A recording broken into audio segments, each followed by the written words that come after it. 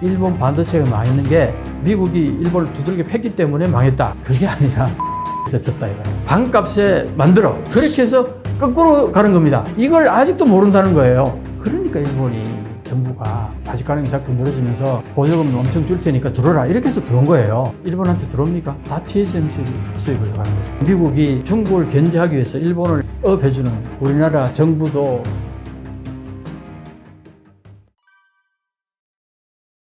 저 빨간 선이 올라갔다가 쭉 밑으로 내려오잖아요.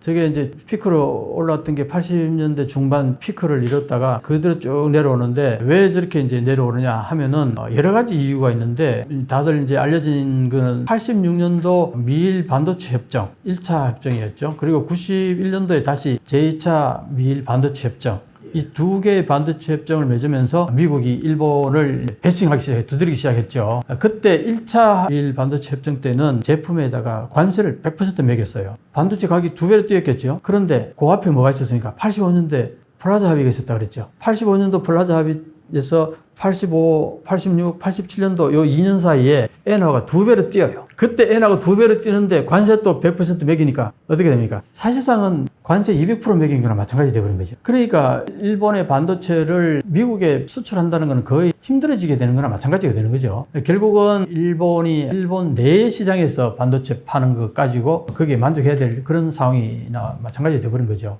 일본 반도체가 쇠퇴하게 된 근본적인 이유가 또 딴 데 있어요. 80년대 보시면요. 메인 프레임이 주로 D램의 용도였어요. 그러면 이제 이때는 고품질을 요구하는 거죠. 아까 말했듯이 35년 동안 고장나지 않는 반도체를 만들어 달라. 그때 메인 프레임은 굉장히 큰 컴퓨터니까 그게 한번 넣으면은 절대 고장나지 않는 그런 반도체를 이제 만들어 달라. 그러니까 일본은 그렇게 만들었어요. 극한 기술과 고품질의 기술 문화가 이때 형성이 됐어요. 무조건 고퀄리티를 지향하게 되는 문화가 형성되겠죠. 그랬는데 90년대 가서 보니까 D램의 용도가 뭐냐니까 PC로 바뀌기 시작한 거예요. 그 PC로 바뀌면서 PC에 들어가는 반도체는 고퀄리티 반도체가 필요 없어요. 저퀄리티로서 싼 가격에 반도체면 충분하거든요. 일본은 아까 뭐랬습니까? PC용이 아니었죠. 메인프레임이라든가 엔티티라든가 통신기술이라든가 거대한 큰 규모의 이런 데 들어가는 반도체니까 35년 동안 고장 안 나는 반도체를 만들어 달라 했으니까 충분히 거기에 이제 응답을 한 거죠. 자, 그럼 35년 동안 고장 안 나는 반도체를 만들려면은 좋은 장비가 들어가야 되겠죠. 좋은 소재가 들어가야 되겠죠. 고퀄리티로 만들기 위해서 엄청나게 많은 자원을 투자한다는 거죠. 그런데 그 당시에는 워낙 일본의 엔티티라든가 전기 제품에서 돈을 많이 버니까 반도체 가격이 비싸더라도 충분히 그걸 소화했다는 거예요. 그러니까 수요와 시장 이게 다 맞았던 거죠. 공급하고. 그랬던 시장이 서서히 무너지기 시작하면서 PC로 넘어간다는 거죠. 왜 그러면 전자제품이 그 고퀄리티를 요구했던 그 시장이 서서히 무너져 가느냐? 전자제품들이 디지털화하는데 실패한 거예요. 일본이 지금도 아날로그 사회라고 그러잖아요. 디지털화로 넘어가는데 실패했기 때문에 디지털화를 해야지 그게 반도체가 많이 들어갈 거 아니에요. 그런데 일본의 그 시장이 무너지기 시작한 거예요. 그러면 자, 일본 반도체 회사는 어디로 돌려야 될까요? PC 쪽으로 돌려야 될 거 아니겠어요?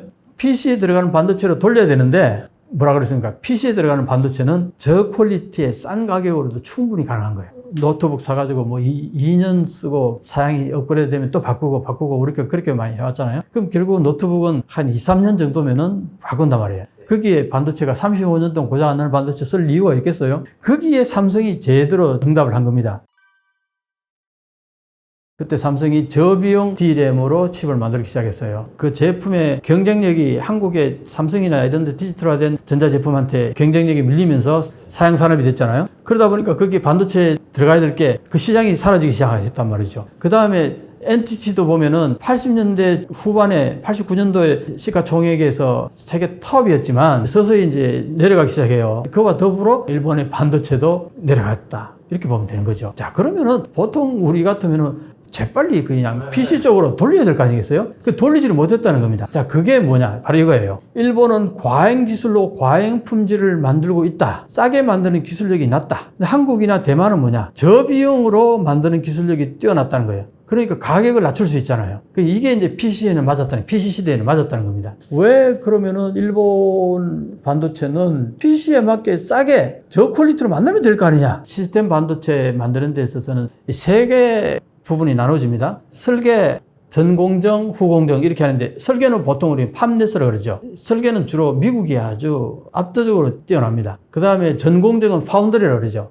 주로 TSMC, 삼성이 파운드리, 반도체 만드는 공장을 파운드리라고 그래요. 파운드리를 만들려면은 어마어마한 규모의 공장을 만들어야 되잖아요. 돈이 엄청나게 들어가니까 미국에서는 저걸 안 한 거예요. 어마어마한 돈을 투자하는 걸 하지 않고 설계하는 걸로. 설계는 굉장히 조그만 사무실 하나만 있어도 설계는 가능하잖아요. 그러니까 주로 미국은 설계 쪽으로, 저게 고부가 가치를 내거든요. 그러니까 설계 쪽으로 빠진 거예요. 옛날부터 보면은 TSMC가 파운드리 공장을 만들 때 일본에서도 그러고 미국에서도 그러고 저거 돈도 안 되고 괜히 투자만 많이 하고 거푸집이다 이렇게 본 거예요. 3D 직종. 처음에는 그렇게 본 거예요. 그랬는데 이게 분업화된 거예요. 설계는 설계만 열심히 하고 파운드리는 파운드리만 하고 후공정은 후공정 따로 하고 이게 이제 분업화된 거예요. 그런데 일본은 이걸 못 따라간 겁니다. 일본의 그 당시에 반도체 회사는 어떤 식이었냐면은 전기 종합 상사의 여러 개 중에서 반도체 한 부서였어요. 그 한 부서가 설계와 전공정과 후공정을 다 한 거예요. 그렇게 분업화가 안 됐잖아요. 이게 전문화가 안 된 겁니다. 그러니까 구멍가게 개념으로 치면은 심하게 말하면 구멍가게 돼버린 거예요.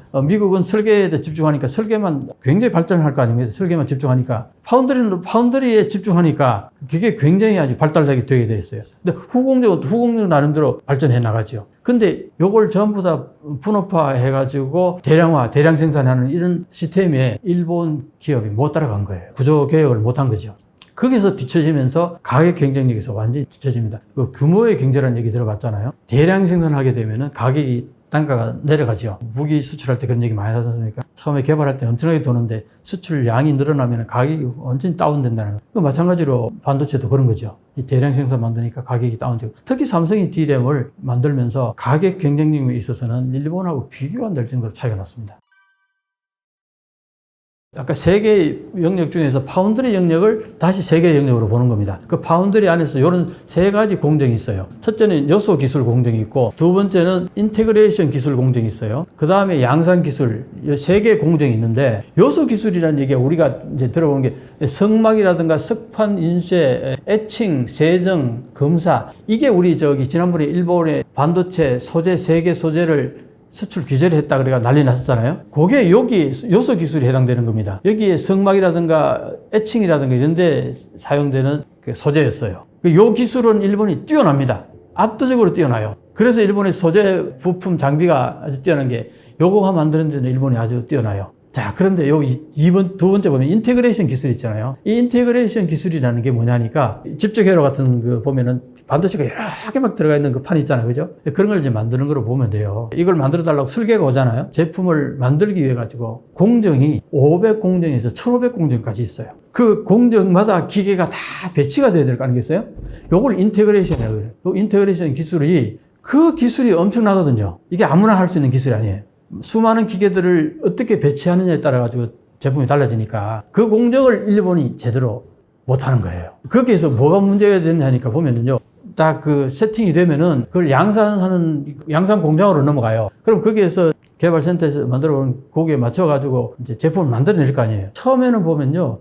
밑에 빨간 선 보면은 이게 수율이라는 거예요. 수율이 쭉 올라가야 되는데 수율이 잘 안 올라와서 저렇게 헤매면은 저게 실패인 거예요. 판 하나에 반도체가 여러 개 많잖아요. 그 중에 쓸만한 게 별로 없다는 거예요. 그럼 가격이 높아질 거 아니에요. 여기 판 하나에 수율이 83%, 90% 이렇게 이제 돼야지 이제 그걸로 가지고 이제 팔고 하는 거잖아요. 근데 일본은요, 여기에서 100%를 올리려고 그래요. 수율을. 거의 100% 수율을 높이려고 그러죠. 자, 그런데 삼성은 80%, 83% 정도 수율이 되면은 그걸로 멈추고 거기에서 이제 그걸로 제품을 만들고 하는 거죠. 80%에서 90%, 90%에서 100% 가까이 올리는 요 위의 능력은 고도의 기술을 요하니까 이성의 노력이 필요하다는 거예요. 제곱 있잖아요. 한 단계 올라갈수록 제곱에 2의 제곱은 4고 D의 세제곱은 8이잖아요. 8배의 노력이 필요하다. 이런 얘기가 되는 거예요. 올라갈수록. 그렇게 수율을 과도하게 높이는 거는 엄청난 에너지를 요구한다는 거예요. 그래서 일본은 계속 100%를 추구했어요. 그러다 보니까 엄청난 기술력을 요구하겠죠. 좋은 장비도 써야 되겠고.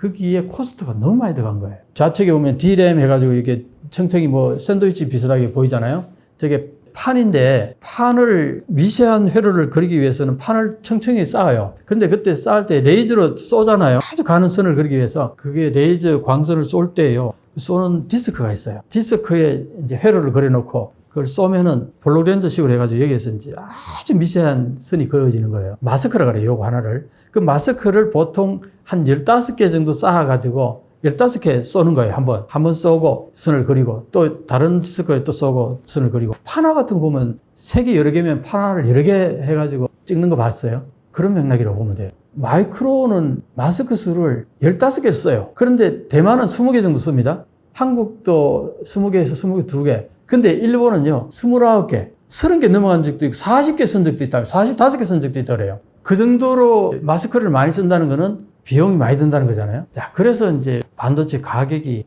높은 거예요. 경쟁이 안 되는 거지. 저렇게 해서 나오는 거는 반도체는 똑같은 용도로 쓰는 건데도 저렇게 일본은 마스크를 저렇게 많이 쓴다는 거예요. 그러니까 코스트가 많이 든다는 거예요. 여기에서 소위 말해서 일본이 경쟁력에서 뒤처져 버렸다 이 얘기입니다. 일본이 왜 실패했는지 이걸 보면요, 앞으로 일본이 쉽게 올라올 가능성이 없다는 걸 여실히 보여주는 겁니다.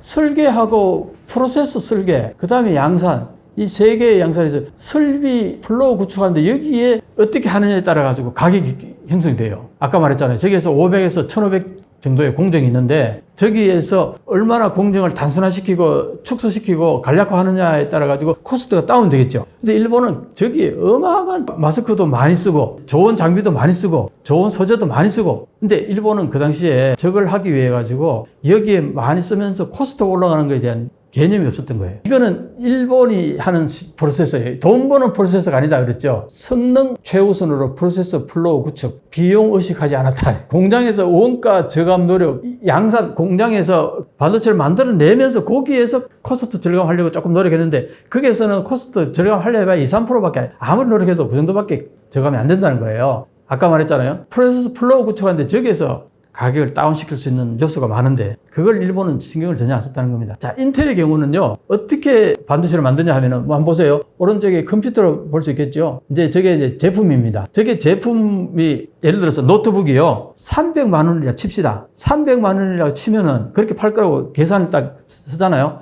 그럼 150만 원에 만들어 이렇게 되는 거예요.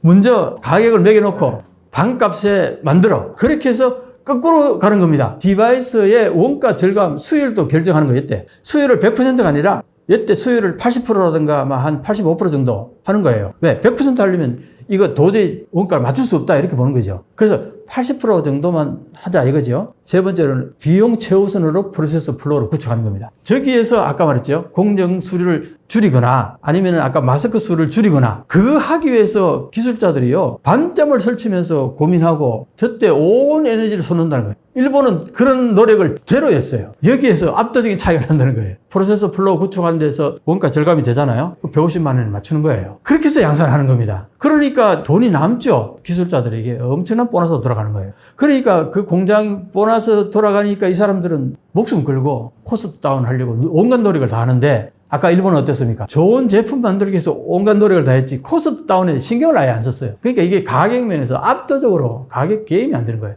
일본은 그 기술 만드는 거는 괜찮은데 저 기술로 만드는 기술력이 없다. 일본이 기술력이 뛰어난데 영업을 잘못해서 망했다 이런 얘기를 많이 하는데 그게 아니다. 가격으로 만드는 저런 기술이 없다는 거예요. 이걸 아직도 모른다는 거예요. 일본의 유노감이라는 대단한 반도체 전문가가 있어요. 일본 반도체가 망했는 게 미국이 일본을 두들겨 팼기 때문에 망했다. 보통은 그렇게 생각하는데 그게 아니라 기술력에서 졌다 이거예요. 그래서 일본에서도요, 마스크를 15장으로 딱 고정시켜 놓고 15장으로 한정해서 만들어 본 적도 있어요. 안 돼서요, 그게. 그래서 일본이 반도체가 망한 겁니다. 지금도 과연 그럼 일본이 코스트를 다운시키면서 만들 수 있는 그런 기술력을 일본이 가지고 있느냐? 이 문제거든요.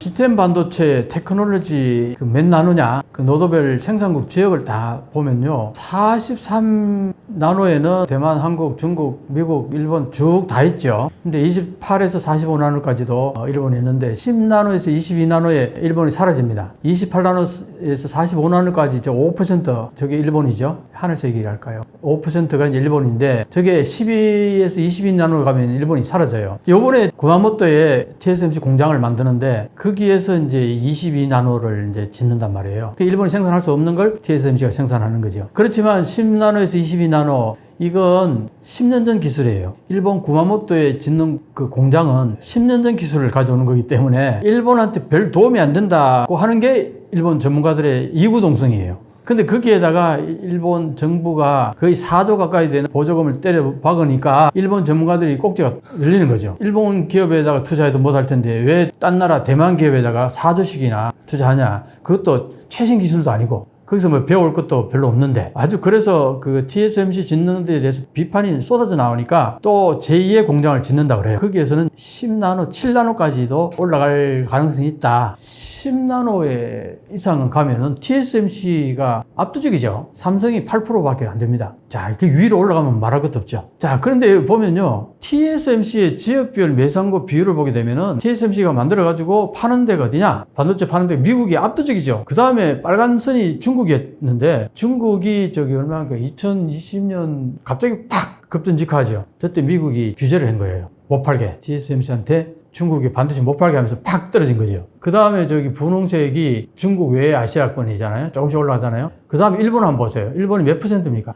일본이 TSMC 반도체 소비하는 퍼센트가 5%, 10%의 반도 채 안 되잖아요. 자, 이 정도밖에 소요를 안 하는데 구마모토에 TSMC가 왜 들어오겠냐? 처음에는 그렇게 회의적이었어요. 구마모토에 TSMC 공장을 만들어 놨는데 일본은 별로 안 산다 이거예요. 처음에는 TSMC가 들어올 리가 없다. 그랬는데 TSMC 입장에서도 내가 그 왜 들어가냐 얘기했겠죠. 그러니까 일본이 정부가 바지 가는 게 자꾸 늘어지면서 보조금 엄청 줄 테니까 들어라 이렇게 해서 들어온 거예요. 왜 그럼 TSMC를 그렇게 강하게 요구를 했을까? 첫째, 어쨌든 불씨를 살려보자. 반도체에 대한 불씨를 살려보자. 왜? 팬데믹 이후에 반도체 수요가 폭증하면서 공장을 곳곳에 짓는데 미국도 공장을 엄청나게 지어요. 근데 일본은 안 지을 수 없잖아요. 근데 일본 자체적으로 지을 기술을 넣고 하니까 TSMC라도 들어라 이렇게 된 거예요. 그렇게 해서 불씨를 살려보자 이거였어요. 그럼 미국도 사실은 TSMC 삼성 공장 유치했잖아요. 일본도 우리도 해야겠다 그런 마인드도 있었고 이제 문제는 미국은 TSMC 애리조나 공장을 지으면 거기에 만들어지는 반도체 100%를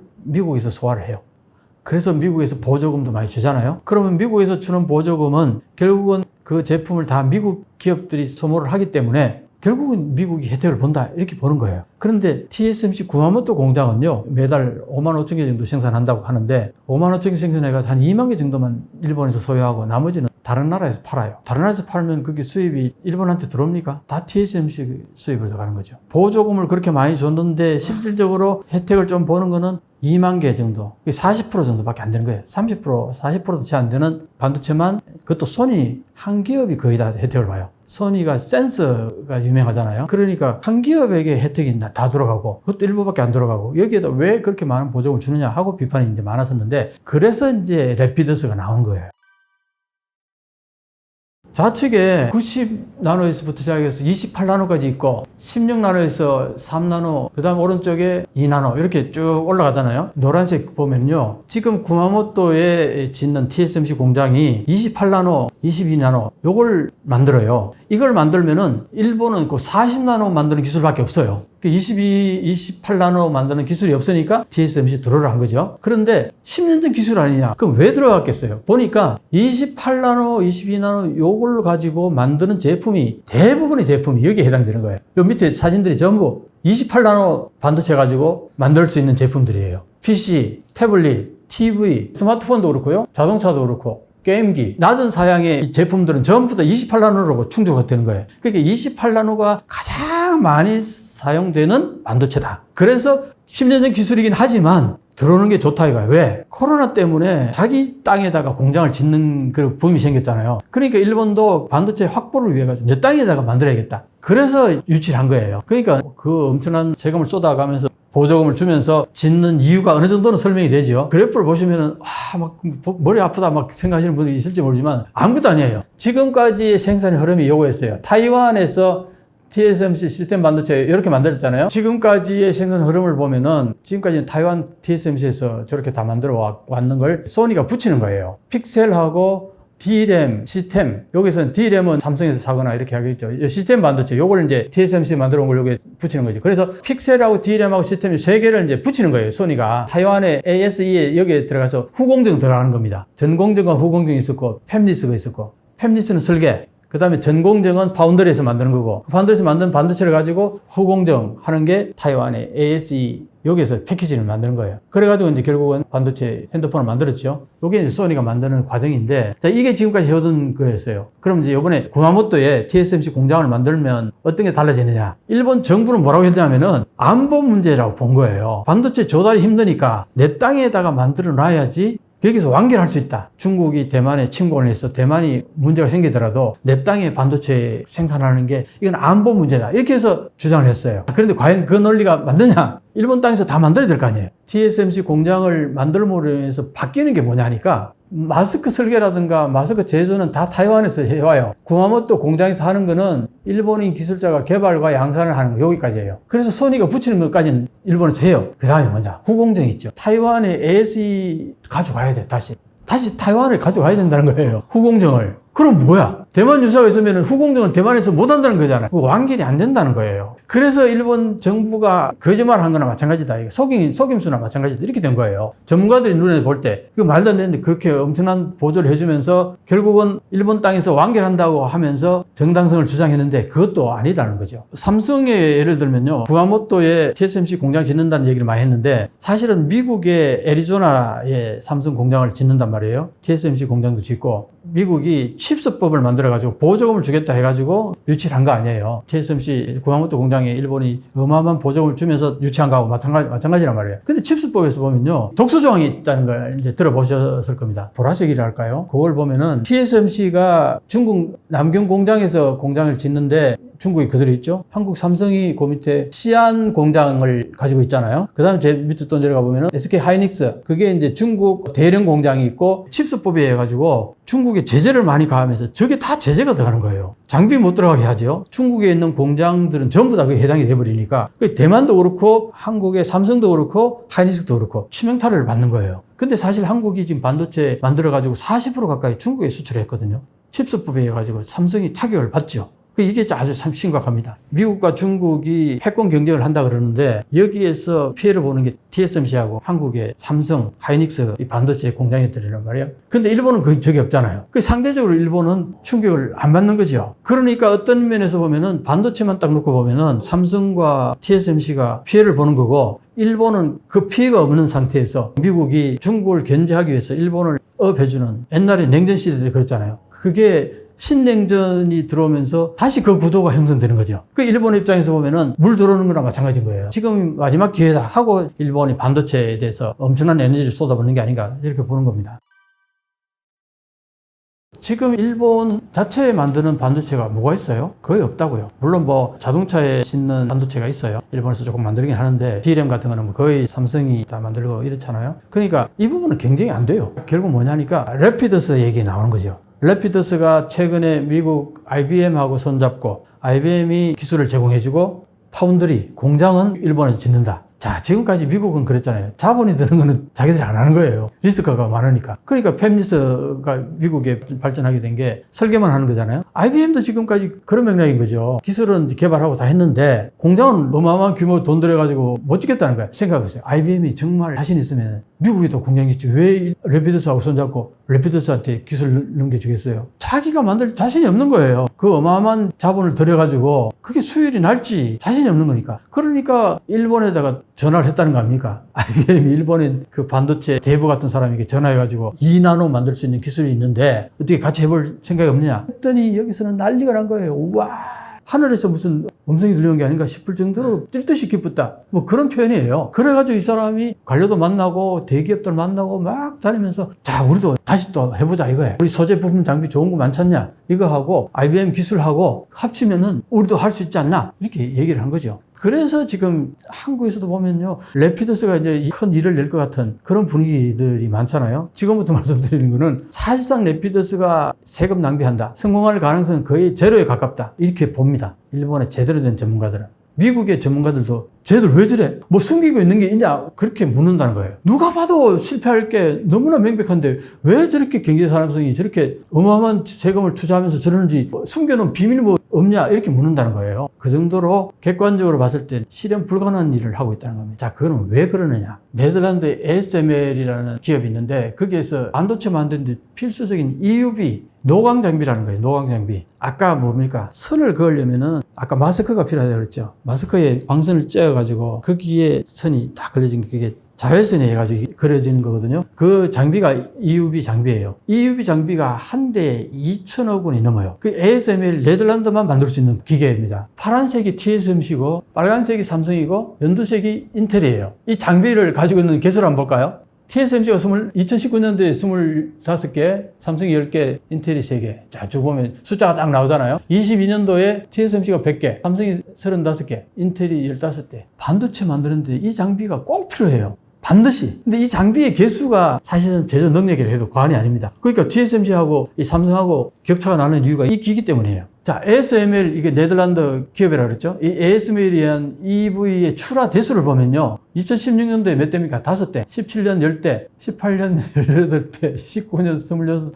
이 개수를 보시면은 2020년도에 56대 정도 이제 만들 거라. 대수가 저게 빨간 수는 뭡니까? 수주. 만들어 달라고 주문이 들어오는 대수예요. 그런데 실제로 만드는 대수를 한번 보세요. 밑에 파란색. 못 따라가잖아요. 압도적으로 못 따라가죠. 그게 뭘 말하느냐 하면은 삼성도 저 대수를 주는 대로 사고 싶어요. 장비가 있으면 있을수록 반도체 만드는데 캐퍼시티가 늘어난다는 거니까 라피더스가 2나노를 만들려면은 이 장비가 있어야 돼요. 근데 라피더스 이 장비를 2020년도에 56대를 주문이 들어와 있는데 31대밖에 못 만들었는데 지금 라피더스는 최근에 얘기잖아요. 최근에 주문 들어갔을 거 아니에요.